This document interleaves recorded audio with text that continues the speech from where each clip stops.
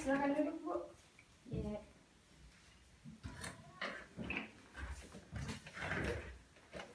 Selamat siang. Iya.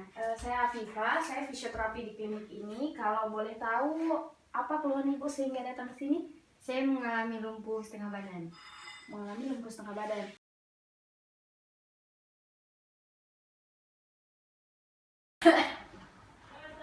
Ibu namanya siapa? Amni, Amni. Umurnya berapa? 56 tahun. 56 tahun. Agamanya Islam ya, Bu? Ya, Hobinya? saya suka main Suka badminton. main badminton. Kalau main badminton, tangan yang dipakai sebelah mana? Kiri atau kanan? Sebelah kanan. Sebelah kanan yang sekarang sakit ya. Pekerjaan Ibu kerjanya di mana? Saya PNS. Ibu PNS. Oke.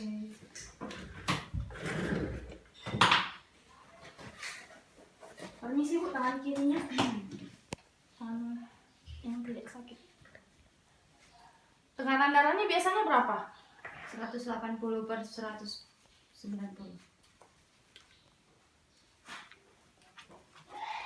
Tinggi ya?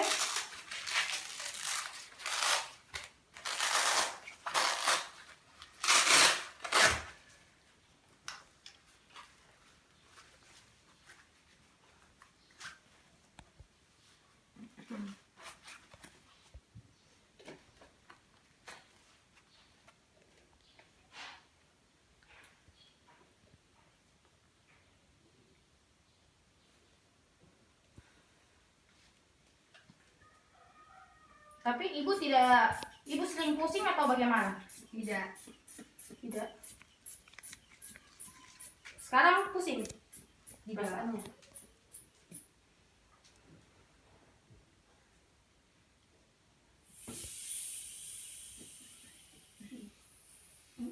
Tekanan darahnya 180/110. Itu tinggi ya, Bu? Hipertensi itu. Saya ukur dulu denyut nadi sama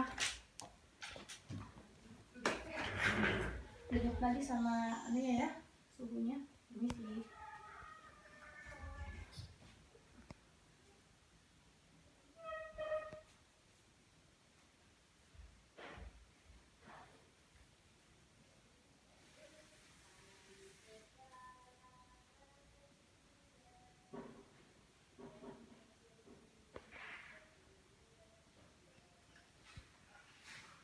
Denyut nadinya 100 kali per menit, pernafasannya 20 kali.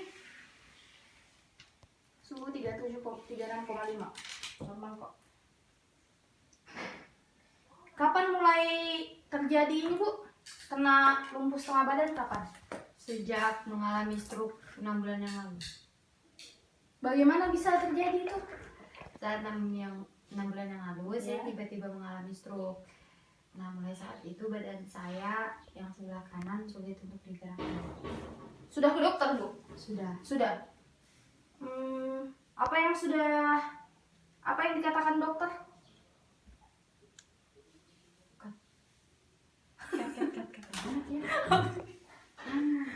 Alamat tempat tinggal di mana, Bu? Jalan Ramang.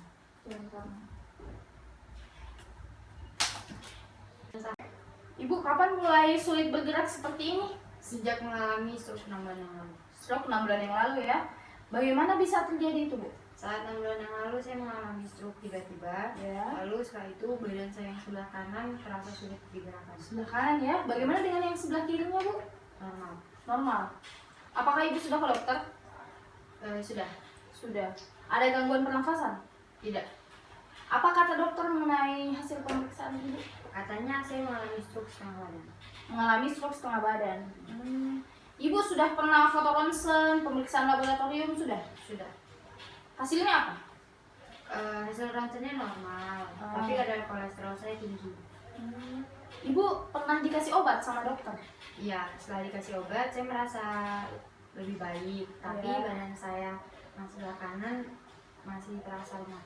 Masih lemah ya, walaupun sudah konsumsi obat. Ibu punya riwayat hipertensi sebelumnya? Punya. Punya.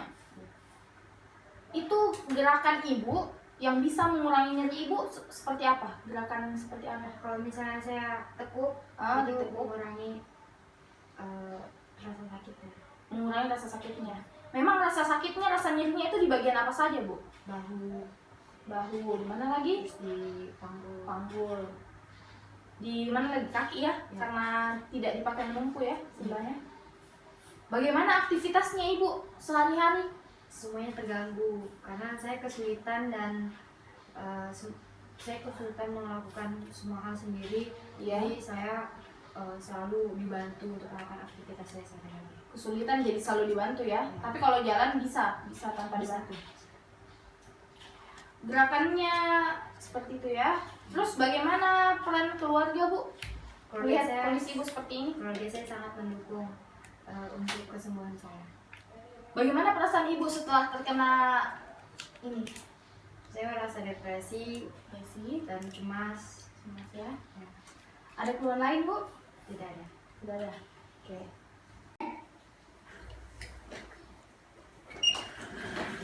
Permisi Bu, bisa ke sebelah sini? Jalan ke sebelah sini. Bisa? Tanpa dibantu bisa? Bisa.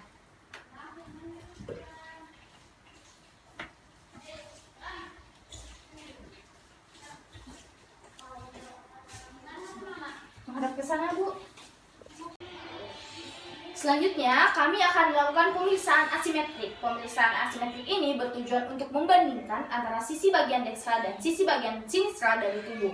Nah, kita bisa melihat pertama-tama dari raut wajah. Semenjak pasien datang sampai untuk proses pemeriksaan tadi, raut wajah pasien cenderung meningis dan cemberut karena merasakan rasa sakit yang diderita pada bagian sisi dekstra tubuhnya.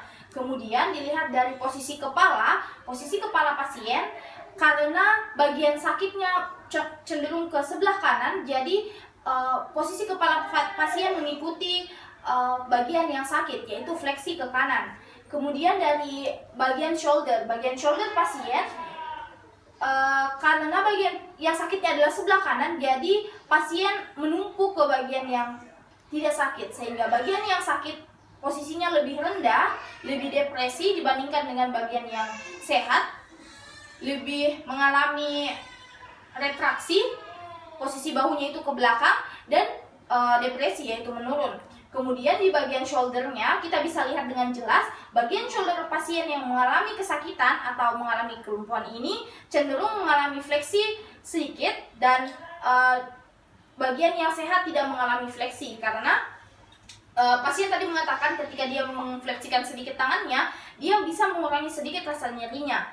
Kemudian selanjutnya kita beralih ke bagian hip pasien. Nah, kalau kita lihat di bagian hip pasien, karena pasien menumpu pada bagian yang sehat, jadi bagian hipnya itu ditekuk dan bagian ininya juga ditekuk, sedangkan bagian hipnya dipakai untuk menumpu. Dia memakai kakinya untuk menumpu, sehingga kalau berjalan bagian sinistranya yang menopang badannya dan bagian dekstranya cenderung pincang. Jadi jalannya itu pelan dan lambat, seperti itu. Nah, selanjutnya kita beralih ke, tadi kita sudah membahas inspeksi secara statis, selanjutnya kita akan melihat dan memeriksa inspeksi secara dinamis. Nah, inspeksi secara dinamis ini dilihat dari pergerakan pasien dari awal masuk sampai sekarang kita tes. Nah, inspeksi dinamisnya kita bisa lihat dari gait analisis atau gerakan berjalannya. Dari pasien datang tadi sampai ke ruang pemeriksaan, pasien berjalan lambat, pelan, karena memiliki kelumpuhan separuh badan. Tetapi pasien masih bisa berjalan tanpa dibantu. Kemudian bisa dilihat dari pola gerakannya. Nah, selanjutnya yang bisa dilihat dari inspeksi dinamis selain gait analisisnya, kita bisa melihat pada bagian sisi yang sakit. Ketika saya gerakkan bahunya, sakit. Nah, pasien ini merasa sakit. Itu membuktikan bahwa ada kelainan antara sisi kanan atau dekstra dan sisi sinistra. Coba kalau saya gerakkan yang ini, ada sakit? Tidak. Selanjutnya saya akan memeriksa di bagian asimetrik, yaitu tahap palpasi. Di mana tahap palpasi ini kita melihat keadaan kulit pasien antara sisi sebelah kanan dan sisi sebelah kiri, antara sisi dekstra dan sisi sinistra. Saya akan memeriksa kondisi suhu kulit pasien. Nah, sisi kulit kiri dan kanan pasien itu normal. Selanjutnya saya akan memeriksa kondisi kontur kulit dari pasien, baik sisi dekstra maupun sisi sinistra. Isi ya, Bu. Nah, terdapat perbedaan antara sisi dekstra dan sisi sinistra, di mana sisi dekstra kontur kulit pasien mengalami terlihat kencang karena terdapat kekakuan, sedangkan sisi sinistra terlihat normal. Selanjutnya saya akan melihat udem, apakah ada udem di bagian dekstra dan sinistra.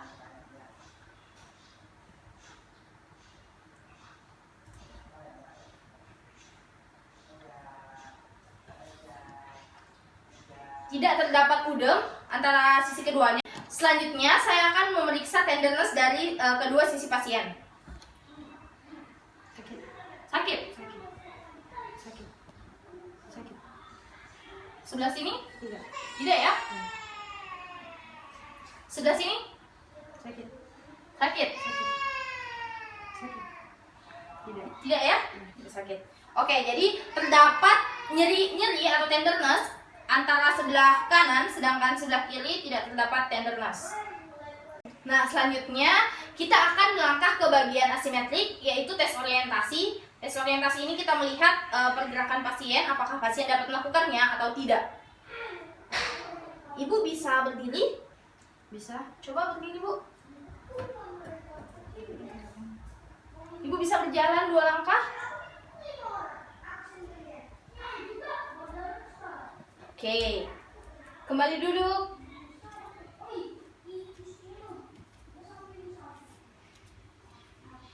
Ya.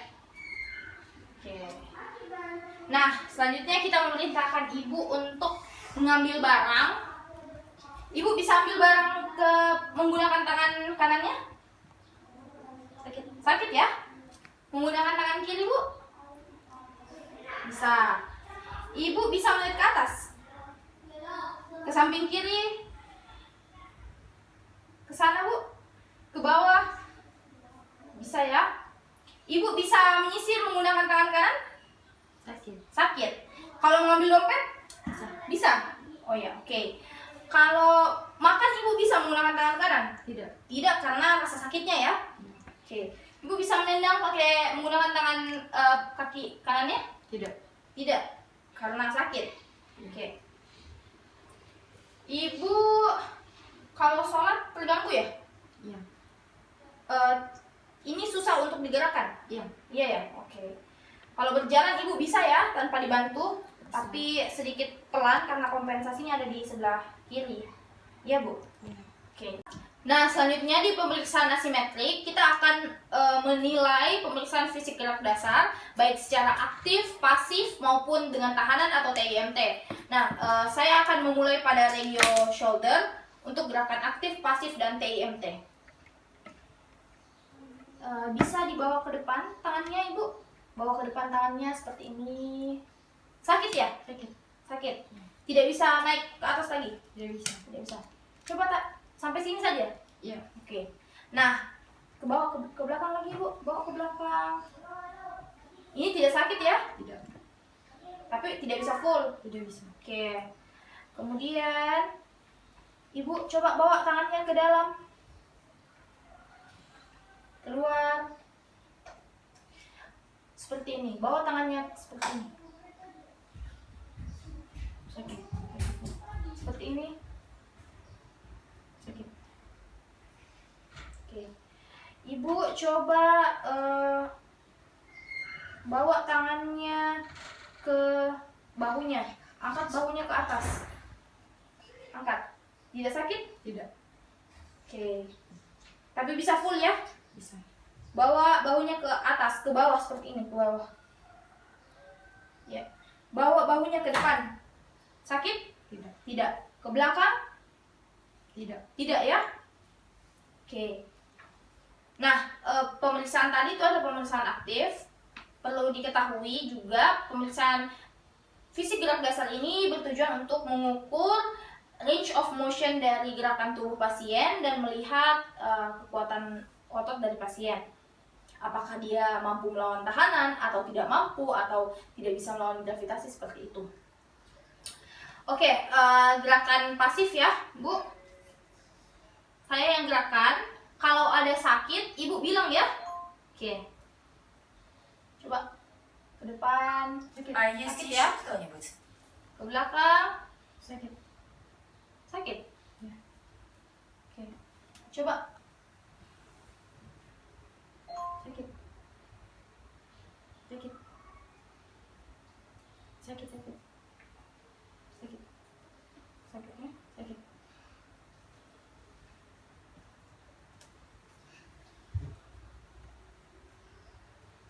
Coba dikasih begini bu.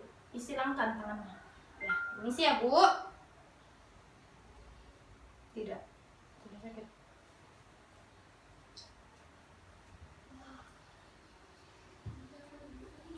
Tidak sakit ya? Di sebelah kiri ibu merasakan sakit atau tidak? Tidak. Tidak ya, sebelah kanan saja. Oke. Sekarang bagian sikunya, permisi bu. Bagian siku lagi. Coba ibu seperti ini. Bisa? Oke. Tidak. Seperti ini. Sakit. Sakit tapi bisa ya? Seperti ini. Kemudian kepal tangannya ibu. Bawa ke depan. Ke belakang. Tidak sakit ya? Bisa full. Bisa ya? Oke. Bawa ke depan lagi bu. Coba. Lawan tangan saya. Bawa ke depan. Ya, tapi tidak full ya. Coba bawa ke belakang lagi. Oke. Ke dalam. Bawa tangannya ke dalam. Sakit. Keluar. Sakit. Bisa.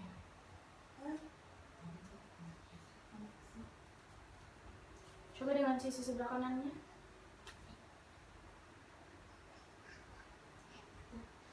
Full ya.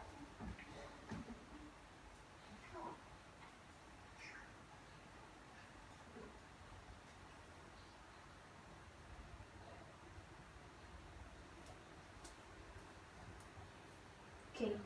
Tadi sudah bagian ininya. Coba bagian tangannya ibu. Tangannya. Tangannya ya.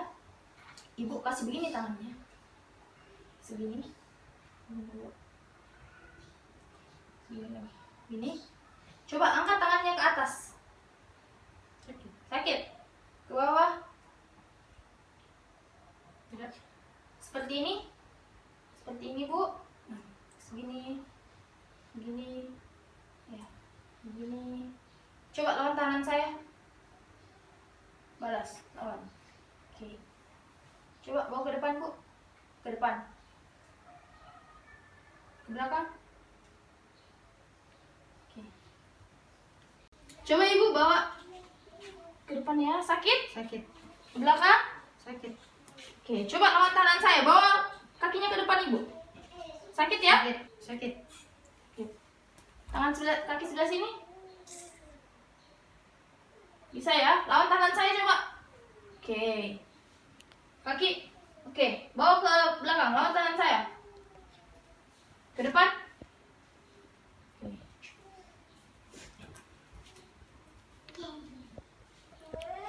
Sudah, Mi? Ya, Ibu tolong ikuti perkataan saya ya. Dan lakukan itu dalam bentuk gerakan.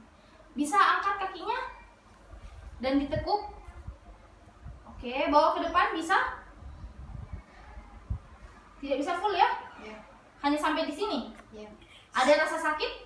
Tidak. Tidak. Oke, luruskan. Ibu bisa tengkurap? Bisa. Tolong tengkurap dulu, Bu. Tengkurap ya. Oke. Ibu bisa angkat kaki kanannya ke atas? Ada sakit? Tidak. Tidak. Tapi tidak bisa full atau bisa? Tidak bisa. Tidak bisa full ya. Oke, kembali turun. Kalau kaki kirinya coba Ibu angkat. Tinggi-tinggi semampunya Ibu. Oke, bisa ya? Kembali turunkan. Ibu bisa kembali tidur terlentang. Ibu bisa bawa kakinya keluar? Bisa. Bisa. Tidak bisa full, tidak bisa sampai sini. Oke, coba bawa kaki sebelahnya lagi keluar. Oke, Ibu coba tekuk lagi kakinya. Tekuk lagi kakinya seperti yang tadi. Angkat. Kasih lurus seperti ini. Ya. Coba kasih lurus seperti ini. Coba ibu yang lakukan sendiri. Kasih lurus. Oke. Bisa bawa ke luar kakinya. Sedikit ya pergerakannya ke dalam. Oke, luruskan. Coba yang satunya. Angkat. Tekuk, tekuk lurus seperti ini. Coba angkat, tekuk lurus seperti ini. Coba, ya, bawa ke ini, bawa keluar, ke dalam. Bisa ya? Ini ada sakit atau tidak? Tidak. Oke. Coba ibu silangkan kaki yang ininya di sini. Ya, silangkan. Oke, bawa kaki ininya ke dalam. Ada sakit? Tidak. Coba keluar. Ya ibu, baik. Ini saya yang gerakkan. Nanti ibu relax saja ya. Oke. Ini ya bu.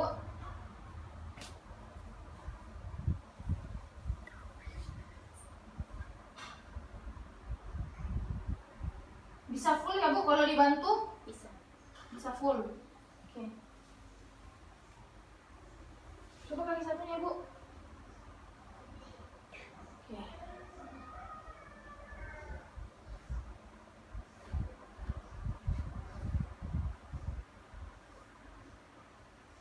Bisa full ya bu? Ada sakit?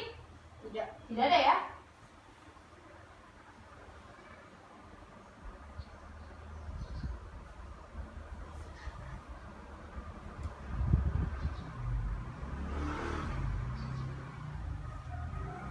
Oke.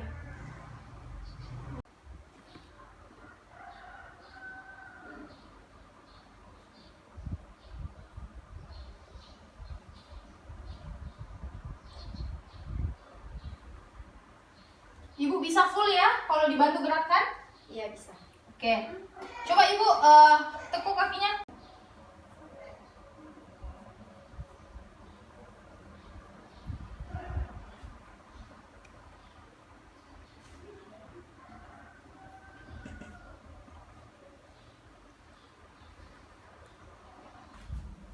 Coba ibu bawa ke depan lawan tahanan saya. Tidak bisa ya? Oke. Orang ini. Coba lawan tahanan saya. Bisa ya?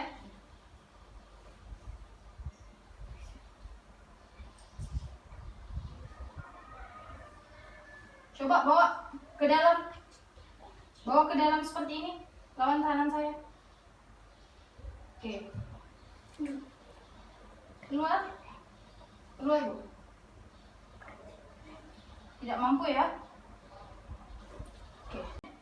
Oke, selanjutnya di bagian lutut ya bu. Coba ibu tekuk lututnya sebelah kanan. Tekuk. Oke. Tekuk lagi. Berbatas ya, hanya sampai situ. Oke, turunkan. Coba angkat ke atas. Ya, ini. Ini bisa ya? Bisa. Coba sampai full, sampai rapat. Oke. Bisa sampai sini, sampai begini. Bisa. Oke, luruskan. Coba angkat ini kakinya ke atas seperti menendang bola. Sulit ya? Coba ini. Bisa. Oke. Kalau saya gerakkan. Kalau saya gerakkan full ya? Oke.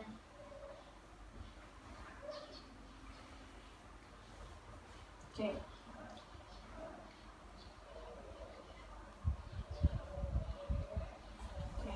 Coba kalau lawan tahanan bu, ke atas, sulit. Coba fleksikan, tekuk kakinya, sulit juga ya. Kalau ini angkat ke atas. Oke. Coba ke atas lagi, seperti menendang bola. Oke. Nah sekarang ibu di bagian kaki ya bu, bisa bawa kakinya ke depan seperti ini. Coba bawa ke depan. Tapi sulit ya? Ke bawah? Ke bawah? Sulit? Ya. Sebelah sini? Iya, oke, bisa. Coba kalau saya gerakan. Bisa ya kalau saya gerakan ya? Ya. Oke. Coba lawan tahanan saya, Bu. Bawa kakinya ke depan. Sulit? Sulit ya? Coba ke depan lagi, seperti menendang bola. Sulit. Yang ini, Bu. Bisa ya? Coba ke depan lagi. Oke. Oke, selanjutnya Ibu, tolong arahkan kaki kanannya seperti ini dan seperti ini, ke dalam dan keluar. Sulit. Keluar lagi, Bu. Sulit ya? Coba kaki sebelah ininya ke dalam dan keluar. Oke. Coba saya gerakan, Ibu ya. Bisa ya, Bu? Bisa. Oke. Coba Ibu bawa kakinya, miringkan kakinya seperti ini dan lawan tahanan saya ya. Oke, lakukan, Bu. Sulit ya, Bu? Ya. Ke dalam lagi, Bu. Oke, coba yang sebelah sini. Keluar. Oke, ke dalam. Oke. Action. Nah, selanjutnya kita melangkah ke pemeriksaan berupa restriktif. Pada pemeriksaan restriktif, kita mengetahui keterbatasan apa saja yang dialami oleh pasien.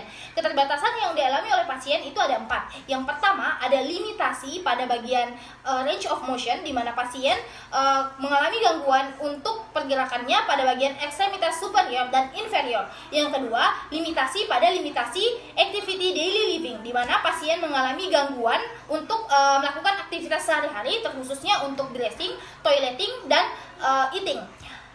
Kemudian limitasi selanjutnya adalah limitasi pekerjaan, di mana pasien mengalami gangguan untuk melaksanakan pekerjaannya, yaitu pekerjaan sebagai pegawai negeri sipil. Yang terakhir adalah limitasi pada bagian rekreasi, di mana pasien mengalami gangguan pada limitasi hobinya, yaitu bermain badminton. Selanjutnya, saya akan menjelaskan pemeriksaan selanjutnya, yaitu tissue impairment, di mana tissue impairment ini terbagi menjadi 4, yaitu muskulotendinogen, neurogen, osteoartrogen, dan psikogenik. Untuk muskulotendinogen, pasien mengalami kelemahan dan kekakuan pada ototnya. Untuk osteoartrogen, pasien mengalami limitasi range of motion pada ekstremitas superior dan inferior di bagian dekstra, serta pasien mengalami stiffness joint pada bagian shoulder joint-nya. Yang ketiga, neurogen, pasien mengalami gangguan koordinasi, serta psikogennya, pasien mengalami gangguan kecemasan. Nah, pemeriksaan spesifik selanjutnya adalah pemeriksaan spesifik pain grading scale, di mana pemeriksaan spesifik pain grading scale ini bertujuan untuk mengukur nyeri yang dirasakan oleh pasien, serta untuk meninjau tingkat nyeri pasien, sehingga itu nantinya bisa menjadi bahan evaluasi untuk kita setelah melakukan treatment yang diberikan nantinya kepada pasien. Nah, untuk pain grading scale atau FAS sendiri memiliki 3 tingkatan, yaitu nyeri diam, nyeri tekan, dan nyeri gerak. Ibu, kalau Ibu diam seperti ini, tingkatan nyerinya Ibu itu ada berapa? Jadi ini ada FAS, Ibu, di sini angka 0 sampai angka seterusnya. Ibu tolong kasih tahu kita berapa tingkat nyeri Ibu, tingkat sakitnya kalau Ibu dalam keadaan diam seperti ini. 3. Oke. Kalau digerakkan seperti ini, tingkat nyerinya itu berapa? 4. Kalau saya tekan seperti ini, tingkat nyerinya 5. Oh, oke. 5 ya. Nah, setelah kita melakukan tes spesifik FAS, kita juga menilai manual muscle teknik dari pasien. Nah, jadi untuk spesifik tes selanjutnya itu manual muscle tonusnya, yaitu nilai pasien itu ada 3. Nilai pasien itu 3 karena pasien mampu melawan tahanan, tapi secara minimal pasien tidak mampu melawan tahanan, maksud saya pasien tidak mampu melawan gravitasi, tetapi pasien mampu menggerakkan badannya. Selanjutnya kita masuk ke spesifik tes, yaitu skala Ashworth. Jadi dari hasil pemeriksaan skala Ashworth pasien memiliki nilai 2 dengan interpretasi adanya peningkatan sedikit tonus dan memiliki tahanan minimal sepanjang dilakukannya tadi pemeriksaan LOM-nya. Kemudian nilai Ashworth-nya itu baik superior dan inferior itu bernilai 2. Selanjutnya saya akan memeriksa refleks fisiologis, di mana refleks fisiologis itu yang diperiksa adalah refleks glabella, refleks triceps, refleks biceps, refleks ulna, refleks knee, dan Achilles refleks. Nah, pemeriksaan refleks ini menggunakan hammer atau palu refleks. Selanjutnya saya akan memeriksa di bagian yang mengalami kelumpuhan atau sakit.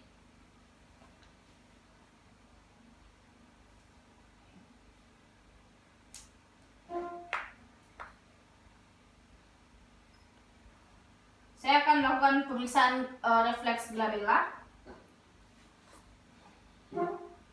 Jika terdapat patologis, maka pasien akan mengedipkan mata berulang-ulang kali.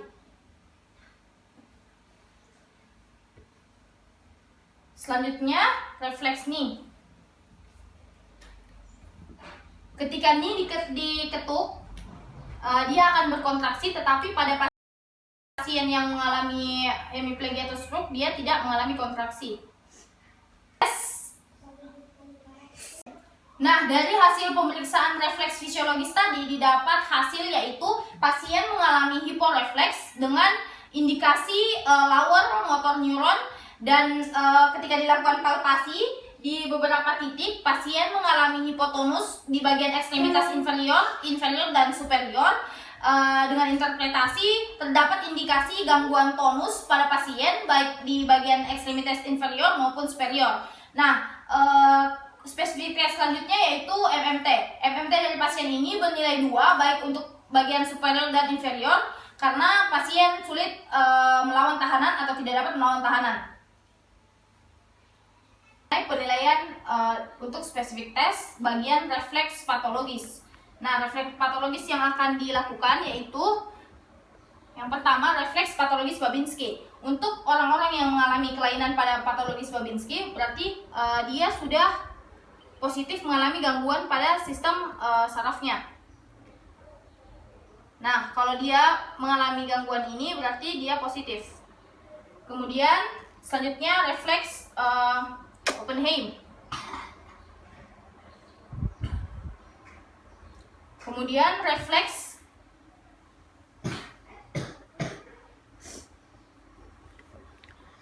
dia mengalami kelainan. Kemudian selanjutnya saya akan melakukan pemeriksaan untuk spesifik tes selanjutnya yaitu tes sensorik. Nah, tes sensorik itu sendiri terbagi menjadi 4 bagian. Yang pertama tes rasa posisi, tes rasa gerak, tes arah gerak, tes vibrasi, dan tes intervensi 2 titik. Yang pertama saya akan melakukan pemeriksaan tes rasa posisi. Ibu coba lihat ya tangannya.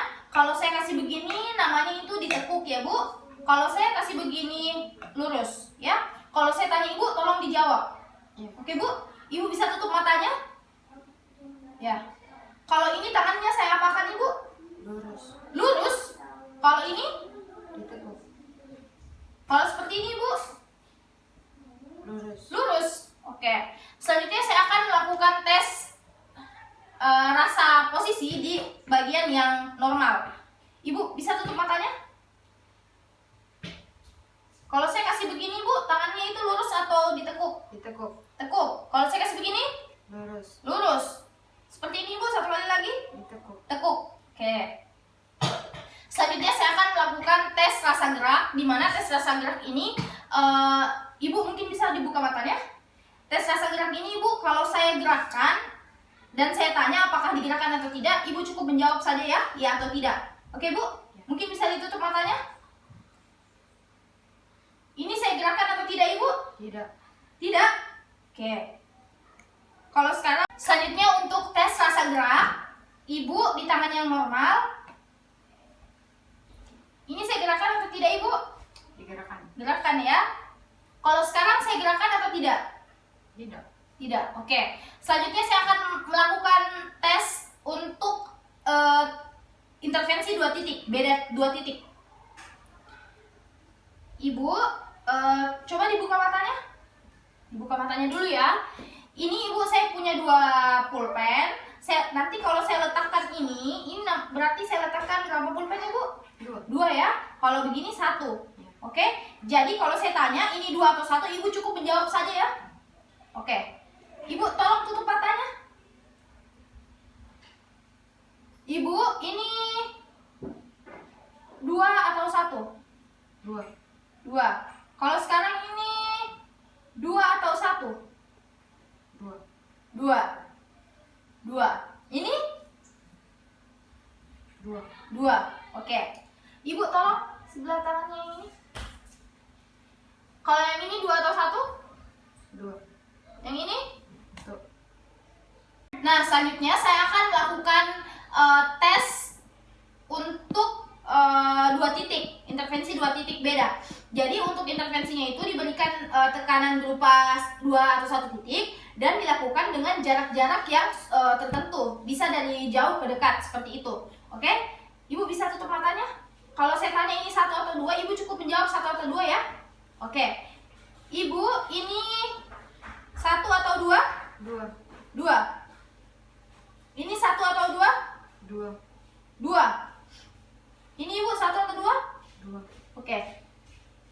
Saya coba di sebelah yang normal. Ibu, ini 1 atau 2? 2. 2. Ini? 2. 2. Ini? 2. 2 ya. Oke. Kemudian kita akan mengetes menggunakan garpu tala. Jadi saya improvisasi ini, anggap saja ini garpu tala. Kita getarkan dulu dan kita taruh di dekat daun telinga ibu. Nah bu, kalau ibu merasakan adanya getaran, ibu cukup bilang ibu bisa merasakan atau tidak. Seperti itu ya. Oke? Ya, coba tutup matanya. Ini garpu talanya kita letakkan. Ibu bisa rasakan getarannya atau tidak? Tidak. Tidak. Kalau di sini? Bisa. Bisa. Oke. Nah, selanjutnya pemeriksaan untuk tes spesifik selanjutnya itu berfokus pada bagian regio shoulder dan skapulanya. Jadi kan tadi dia mengalami kekakuan pada bagian shouldernya. Dia tidak bisa menekuk secara lurus.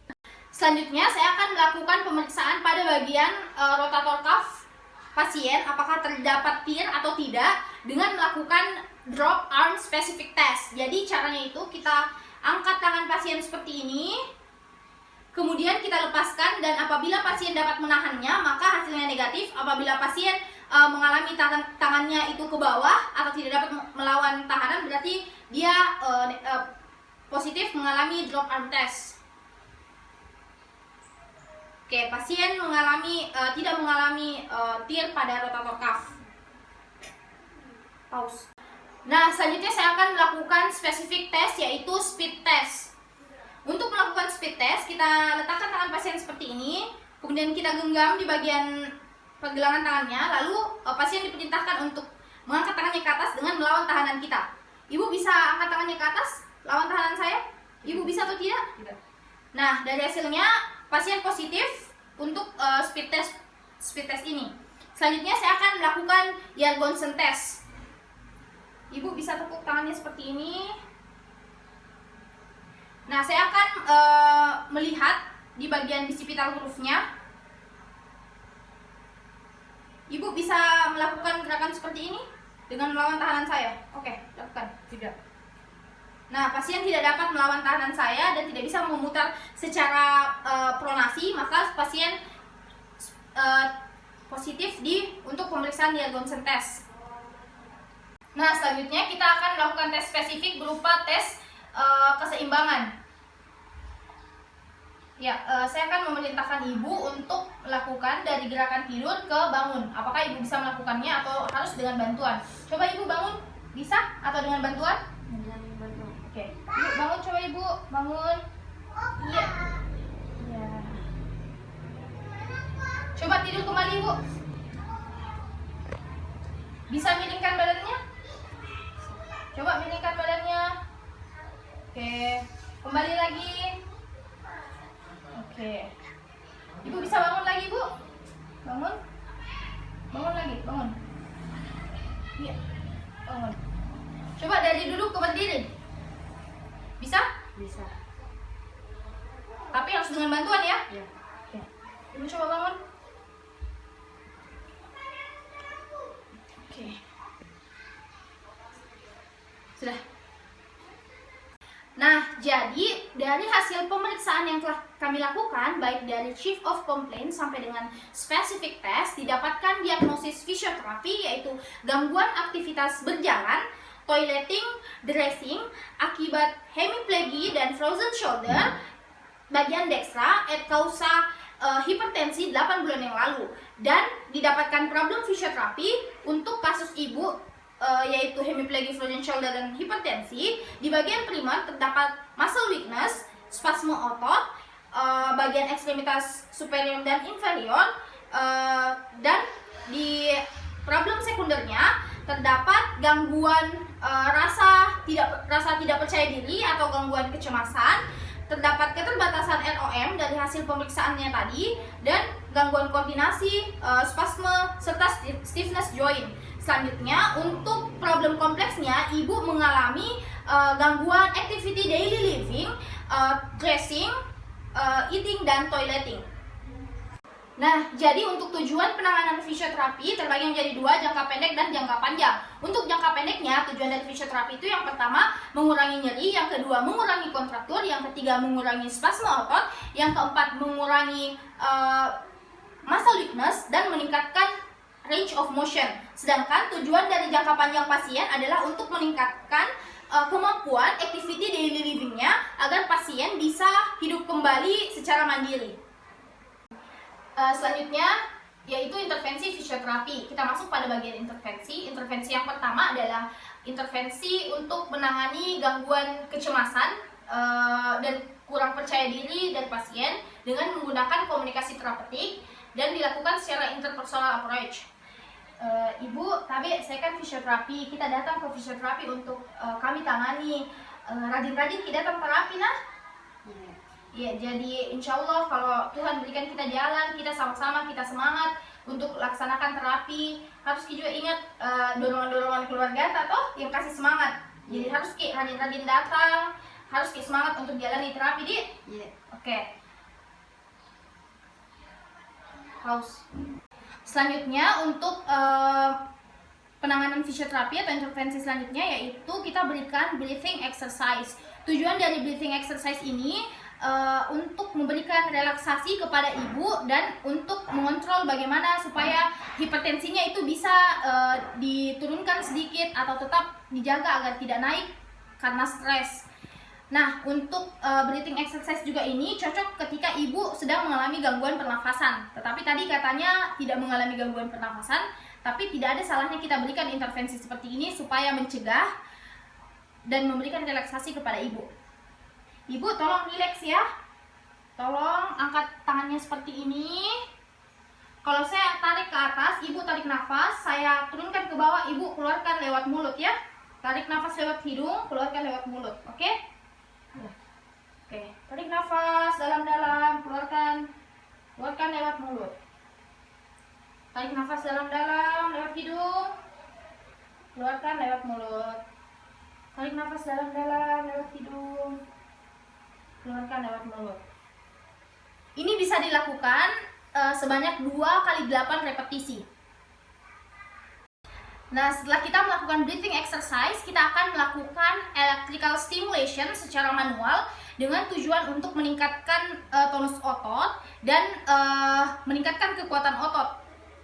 Dilakukan seperti ini. Kita mencari muscle belly di bagian shoulder pasien. Kita tekan seperti ini. Kemudian kita arahkan tangan kita keluar seperti ini. Ini dilakukan selama 30 kali repetisi untuk setiap bagian regionnya.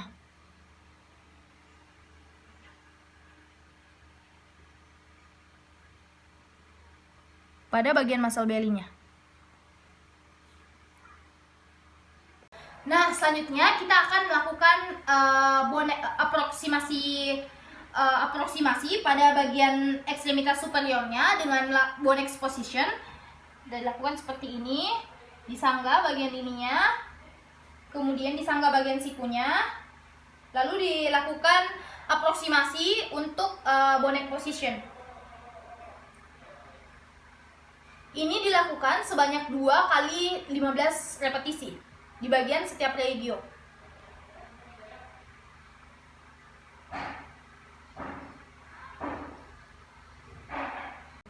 Selanjutnya problem fisioterapi yaitu kelemahan otot. Kelemahan otot ini kita berikan terapi berupa strengthening exercise, di mana kita melakukannya dengan teknik isotonik di bagian setiap regionya. Ibu bisa bawa tangannya ke depan seperti ini, lawan tahanan saya. Ya, lawan. Oke. Ibu bawa lagi ke depan.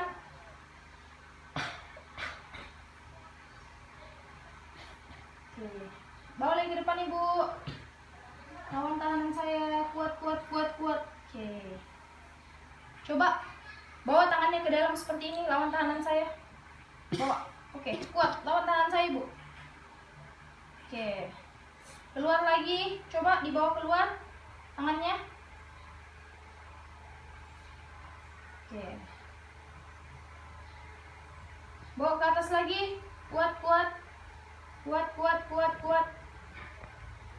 Oke. Coba Ibu bawa tangannya ke dalam seperti ini. Lawan tahanan saya. Oke. Bagian luar lagi. Lawan. Oke. Kemudian setelah kita melakukan di bagian ekstremitas superior, kita melakukan di bagian ekstremitas inferior juga.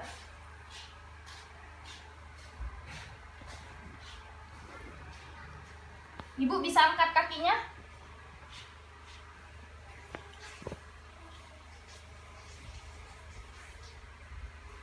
Coba bawa kakinya ke depan, Ibu. Lawan tahanan saya, lawan. Ke depan seperti ini. Oke. Lawan, kuat. Oke. Coba dibawa ke depan seperti ini, Bu. Lawan tahanan saya.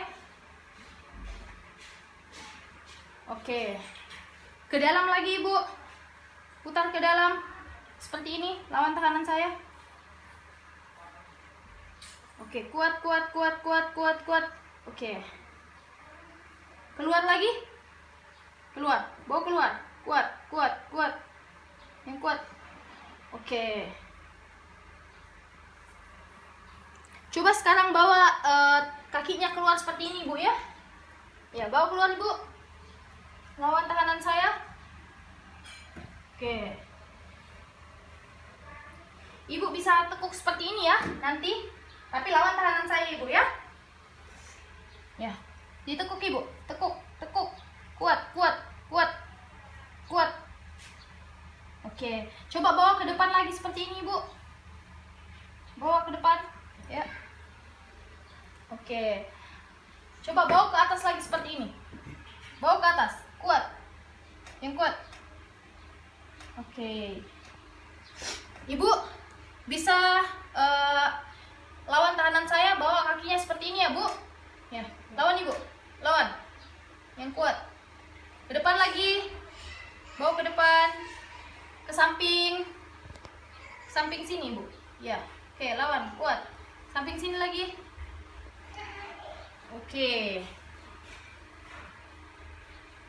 Selanjutnya untuk regio shoulder, regio yang sama, kita lakukan strengthening exercise dengan memberikan tahanan pada pasien. Ibu bisa bawa bahunya ke bawah, lawan tahanan saya. Yang kuat. Oke.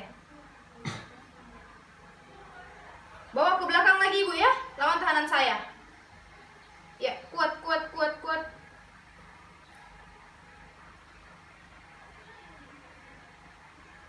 Oke, bawa ke depan, Ibu.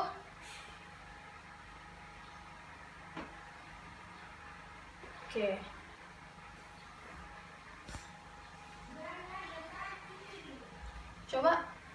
ini lagi. Bagian elbow, bagian sikunya. Ibu bawa seperti ini ya. Ya, lakukan. Lawan tahanan saya. Oke. Oke, ke belakang lagi Ibu. Belakang. Oke. Oke. Seperti ini lagi Bu.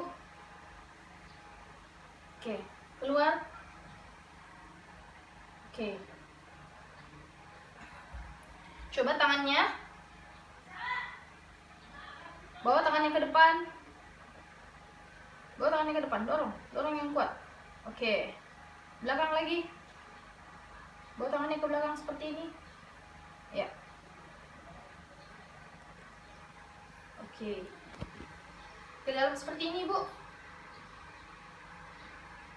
Oke, keluar. Oke. Setelah kita melakukan strengthening exercise, untuk intervensi selanjutnya kita akan menangani spasme pada otot ibu dengan melakukan stretching exercise. Dimulai dari regio atas sampai dengan regio bawah.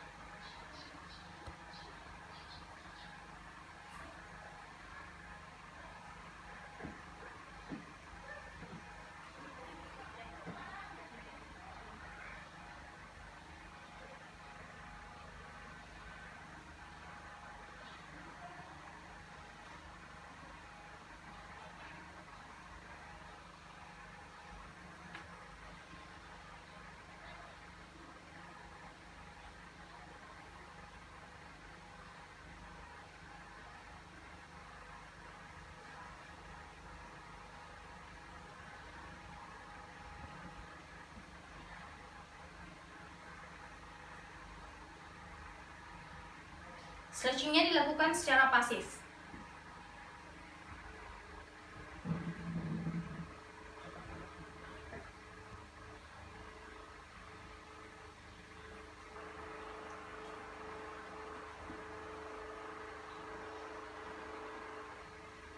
Di bagian trunk,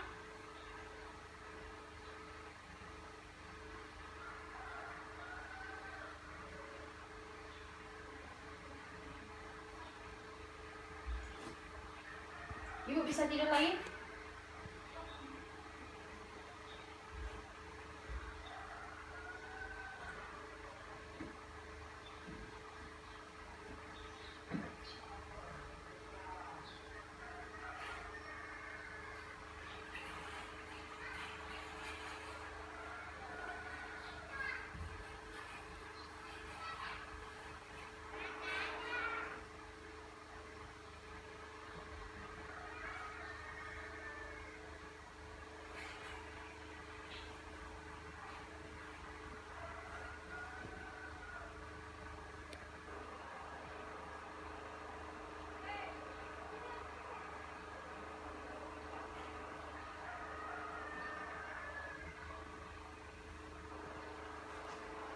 Selanjutnya, untuk mengatasi gangguan keseimbangan pada pasien, kita berikan exercise berupa bridging exercise dengan cara ibu bisa letakkan tangannya seperti ini, kemudian tekuk kakinya, kedua kakinya ditekuk, kemudian ibu bisa angkat bokongnya, angkat ibu, iya, dan lawan tahanan saya ya, bawa kakinya keluar, oke, lawan. Ini dilakukan dengan kondisi tubuh yang lurus dan dilakukan selama 8 kali hitungan. Ibu bisa turun secara perlahan.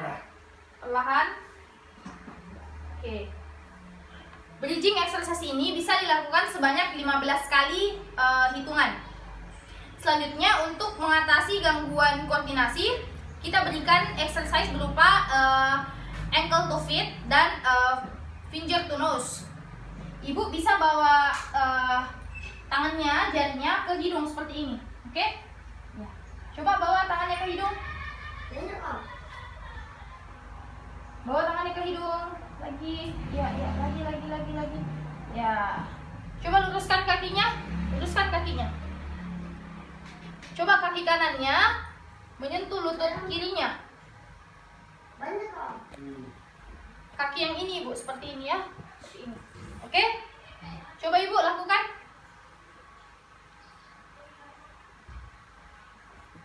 Kembali lagi. Nah, ini dilakukan selama 2 kali 8 repetisi. Selanjutnya untuk mengatasi gangguan postur yang diderita oleh ibu, kita lakukan exercise berupa exercise terapi, yaitu back knee exercise. Ibu bisa menghadap ke sana, tidur menyamping. Oke, tidur menyamping, tangannya lurus, kakinya lurus ibu, kakinya lurus. Oke, ibu bisa bawa badannya ke arah saya, lawan tahanan saya ya, kakinya harus tetap lurus. Oke, bawa kepalanya juga, bawa kepalanya. Oke, tahan, lawan tahanan saya.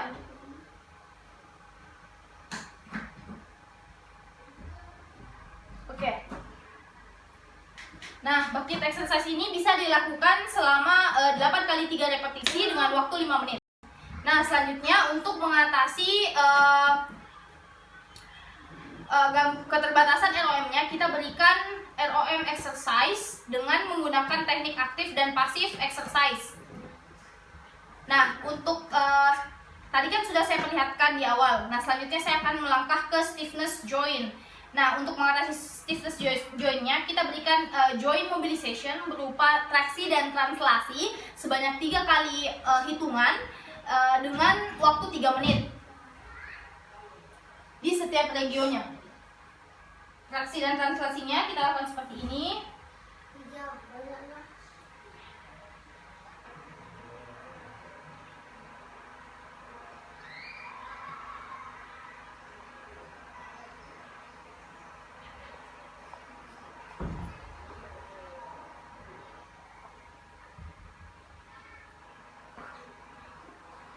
Limitasi ADL pada pasien, kita memberikan exercise berupa proprioceptive neurological facilitation atau PNF exercise dengan aktif dan pasif. Kita lakukan di bagian setiap regio. Yang pertama saya akan lakukan di bagian regio shoulder. Itu dilakukan seperti ini. Ibu bawa tangannya ke atas, lawan tahanan saya. Sikunya masih lurus. Oke. Bawa ke bawah, Bu. Samping seperti ini. Oke. Ya, lawan tahanan saya. Sikunya lurus. Bawa ke bawah, Ibu. Oke. Sekarang untuk gerakan makan. Ibu bawa tangannya ke atas. Genggam tangan saya, genggam tangan saya, Ibu. Oke. Bawa tangannya lurus. Lawan tangan saya, siku tetap lurus. Oke.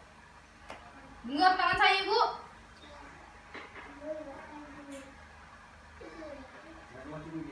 Luruskan tangannya, buka tangannya. Lawan tangan saya, kasih lurus sikunya. Oke. Menyisir. Ibu bawa tangannya ke atas.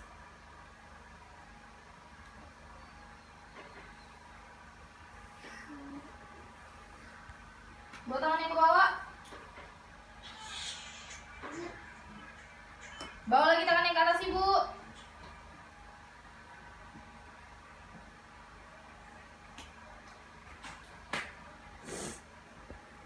Oke. PNF ini bisa dilakukan selama yang tadi saya bilang 8 kali 3 repetisi dalam waktu 3 menit.